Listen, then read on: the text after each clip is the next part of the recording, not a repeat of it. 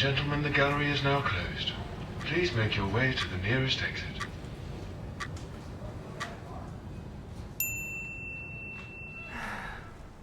Oh, you're still here. I was just daydreaming, imagining I was lying on a sunny beach. With a great big chocolate ice cream. Well, it's tough keeping still all day, so your mind starts imagining things. Like Sir Grumpalot, having a bucket of wet fish poured over his head.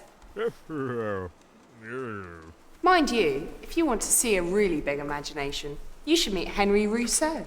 He was a customs officer, boring, in Paris, in France.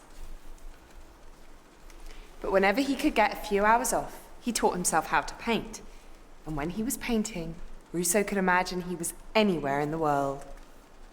And in 1891, his imagination took him here, to the middle of a huge storm in a wild, tropical jungle, with a tiger holding its breath, ready to pounce. He called this painting Surprise.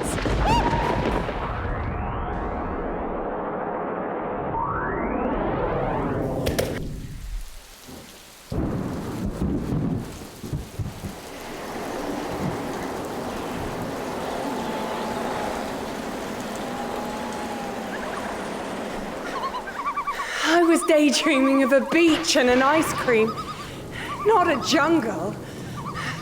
Not furious wind and pouring rain. Not lightning shooting through the sky. Oh, and definitely not a hungry tiger hunting for dinner. Hunting for me. Hang on. Rousseau never went to the jungle. He never got further than Paris. He was just using his imagination, and he's got a good one. A lot of this jungle would have come from Rousseau's visits to the botanical gardens down the road from where he worked. They had loads of plants there, and Rousseau would paint the ones he liked best and put them in his pictures. That's why you're more likely to find some of these plants in your house than in a tropical jungle. And to be honest, the only tiger Rousseau would have seen was either in the city zoo or stuffed. And maybe that's why, although this painting is scary and exciting, it also feels like a dream storm in a dream jungle. Because that's what it is, a dream. It's not supposed to look completely real. It was dreamt up by a man sat in an office, putting the pieces together in his mind. The leaves are painted with precise, smooth strokes, with layer on layer of different greens. If you could dream up perfect leaves, they might look like this. And then there's the silver paint, running diagonally all the way across the canvas, that makes the rain seem magical and mysterious, like we're looking through eyes that are half asleep. And when you're dreaming, you can break the rules of real life, can't you? Look at this tiger. He could never really be floating above the plants like this. And it's because Rousseau keeps breaking these rules that the painting feels like a dream. Art critics at the time thought this style of Rousseau's was too simple.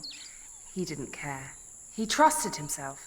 He gave up his office job and he kept painting the way he wanted to. Soon, lots of other artists were inspired by his work. And so, who is the tiger about to surprise? Who's about to become dinner? A delicious antelope? A tasty wildebeest? A group of art critics? Just as long as it's not me. In fact, Rousseau leaves the answer up to us. He had such a big imagination. And he wanted us to use ours too.